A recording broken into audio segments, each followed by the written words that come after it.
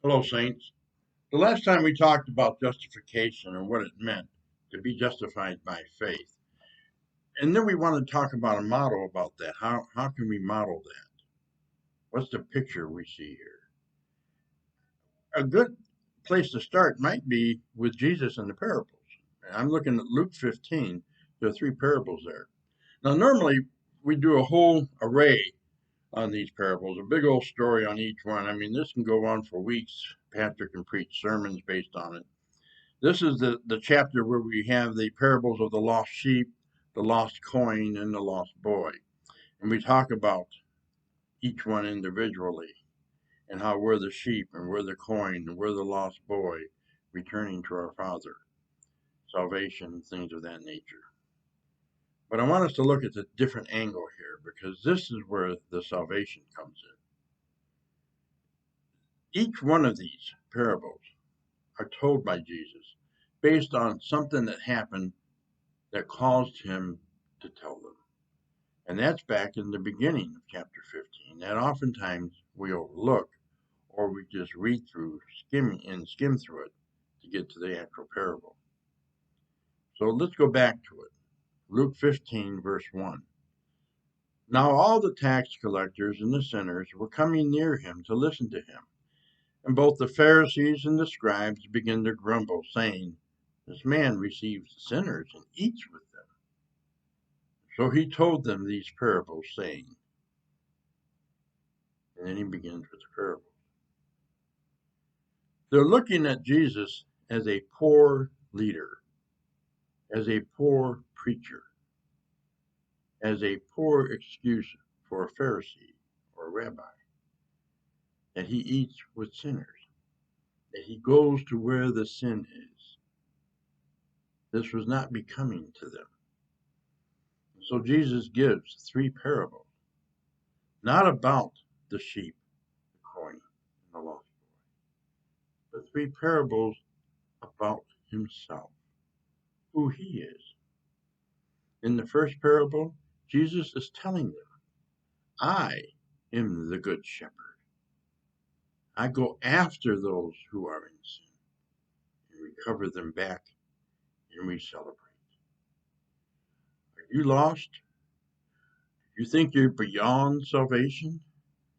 Are you that sheep who strayed away from the herd, found himself out over the cliff, ready to fall off? The master has come looking for you. He's looking for you, not waiting for you to find your way home. This is a story about the Good Shepherd who loves the sheep and goes after them. In the story of the lost coin, the woman of the house who loses the coin and sweeps the house out to find it. This coin is part of her marriage vows. This is her dowry. And this is part of what identifies her in society. This defines her place among the people as a woman in Israel. And when she lost that coin, she lost part of herself because she identified with that coin, not because it in itself had value, but because of what it meant to her. This is God sweeping the house clean to find that lost coin we didn't even know it was lost. And when he finds it, he celebrates because he identifies with you. You are part of his identity of who he is.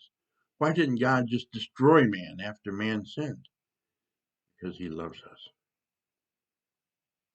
We just don't believe it, do we? We just can't believe that he loves us.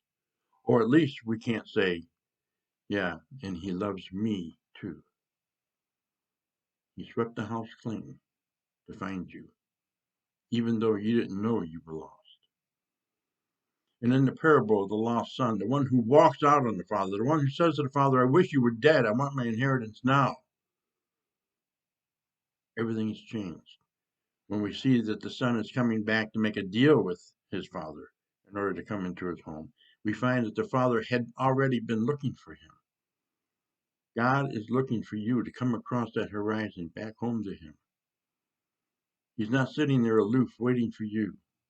He's looking for you, waiting for you to return.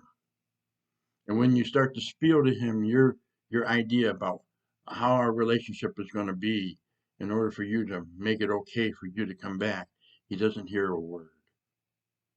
And He throws the best robe upon you, puts the signet ring on your hand, which is like giving you the checkbook, shoes upon your feet, throws Himself upon your neck, and declares to those around Him, my son was dead.